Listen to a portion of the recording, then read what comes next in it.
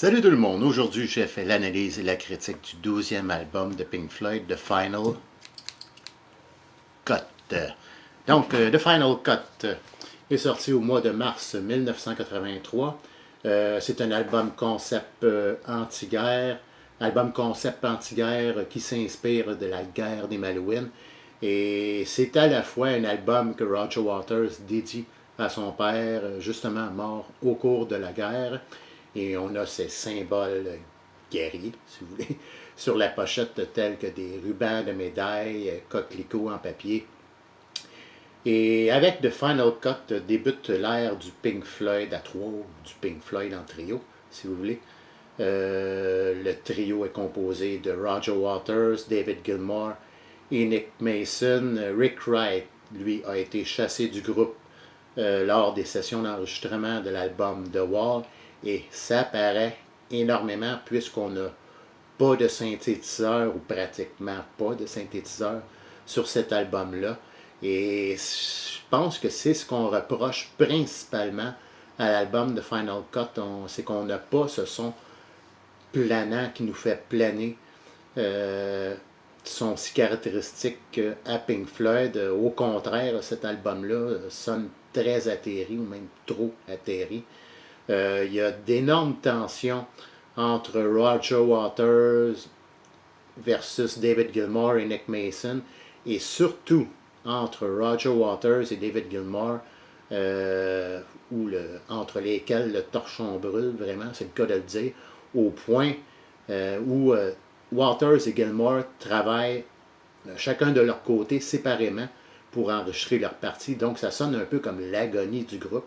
Et David Gilmour, qui devait être au départ, qui devait être crédité pour ce qui est de la production de l'album, finalement, il ne le sera plus.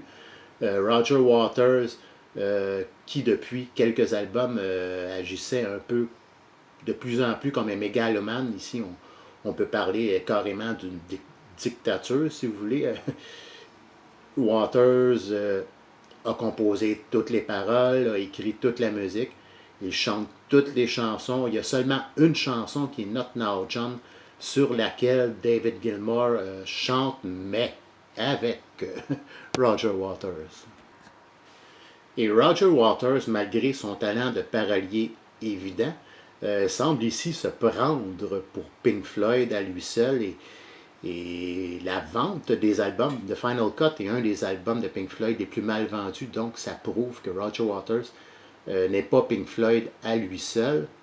Et pour ce qui est de qu'est-ce qui constitue l'album, au point de vue des chansons, on a si vous voulez, des restes de l'album The Wall, des chansons qui avaient été rejetées de l'album The Wall et qui apparaissent finalement sur Final Cut, plus de nouvelles chansons. Et pour ces chansons, justement, qui avaient été rejetées de l'album The Wall, David Gilmour dira pourquoi avoir choisi ces chansons-là si elles n'étaient pas assez bonnes pour apparaître sur l'album The Wall. Pourquoi seraient-elles meilleures pour apparaître sur l'album Final Cut?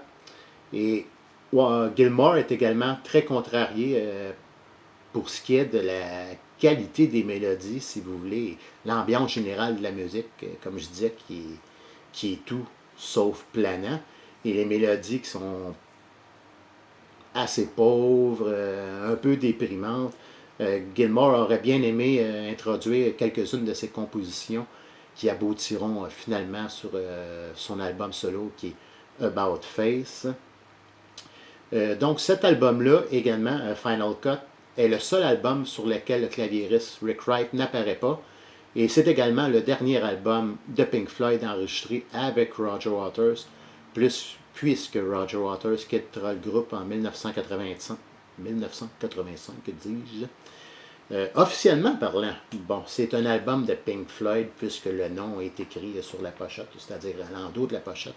Mais techniquement parlant, on peut pratiquement dire qu'il s'agit ici d'un album solo de Roger Waters. Et si on lit cette fameuse petite phrase au verso de l'album, Requiem pour un rêve d'après-guerre, écrit et composé par Roger Waters, performé par Pink Floyd, c'est-à-dire David Gilmour, Nick Mason et Roger Waters. On voit ici que les deux membres restants, qui sont David Gilmour et Nick Mason, ne sont finalement seulement que des exécuteurs des ordres de Roger Waters, et ils n'ont pas vraiment un grand mot à dire. Et les solos de guitare de David Gilmour sont également très courts sur cet album-là.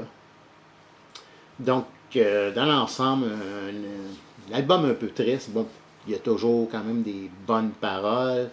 Bon, on a des effets sonores rappelant la guerre, tels que des grenades, des lance-roquettes. L'album contient 12 chansons et on y va sans plus tarder avec l'analyse de ces 12 chansons. Donc, l'album débute avec The Post-War Dream, qui est pas une mauvaise chanson, mais bon, c'est pas la pire de l'album, là, mais quand même Pink Floyd a déjà fait mieux.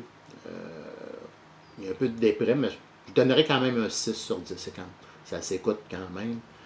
Chanson suivante qui est Your Possible Past, qui figure parmi les meilleures sans être ma préférée de l'album. Bon, j'aime quand même assez la mélodie, le solo de guitare de David Gilmour, un 7 sur 10. Chanson suivante qui est One of the Few. J'aime beaucoup la guitare acoustique, les arpèges de guitare. Dommage que cette chanson dure pas beaucoup plus d'une minute, ce qui fait que je donne un 7 sur 10 pour One of the Few.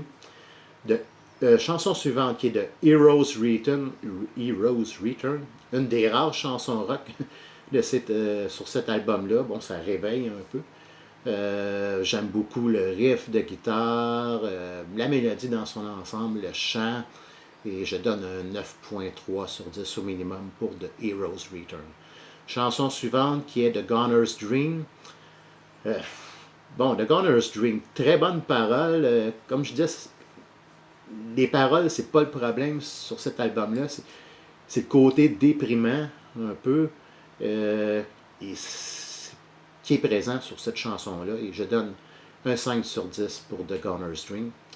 Chanson suivante qui est Paranoid Eyes. Bon, c'est un peu la même histoire, un peu déprimant, un peu triste, un 5 sur 10. Chanson suivante qui est Get You'll Feel the Ends of My Desert, quelque chose de même. Je ne suis pas trop sûr pour la prononciation, pour le mot filthy ou filthy. En tout cas, oh mon Dieu. À mon avis, c'est la pire de l'album, un 3 sur 10. Chanson suivante qui est de Fletcher Memorial Home. Bon, malgré la tristesse très, très présente sur cet album-là, j'aime quand même assez la mélodie, le solo de guitare. Bon, encore une fois, les paroles sont très bonnes. Un 6.5 sur 10. Chanson suivante qui est Southampton Duck. Triste et déprimant. Pour faire changement, un 4.5 sur 10. Chanson suivante qui est The Final Cut, qui est la chanson titre. Et malgré la tristesse ou au risque de se répéter, la déprime très présente sur cet album-là, The Final Cut est quand même une très belle chanson à mon avis. J'aime beaucoup la mélodie. L'orchestration aussi, les violons qu'on entend en arrière, solo de guitare de David Gilmour. Et j'aime beaucoup l'émotion dans la voix de Roger Waters. C'est assez prenant. Un 9.5 sur 10. Chanson suivante qui est Not Now John, qui est la seule chanson rock qui réveille un peu, si vous voulez, un peu comme The Heroes Return. Par contre, ça sonne un peu commercial pour ce qui est des couplets. La partie que j'aime vraiment, que je préfère vraiment dans cette chanson-là, c'est la partie plus calme. Make him laugh, make him cry. Donc un 7.2, 7.3 maximum pour Not Now John. Et finalement, la dernière chanson qui est Two Suns in the Sunset, qui est juste une bonne chanson, une chanson acceptable, si vous voulez. J'aime la guitare acoustique, le petit bout de guitare électrique, un 6 sur 10. Et on a cette chanson qui est une bonus track, si vous voulez, qui apparaît seulement par contre sur la réédition CD, qui est When the Tigers Broke Free, à laquelle je donnerais un 9.5 sur 10, chanson que j'aime beaucoup.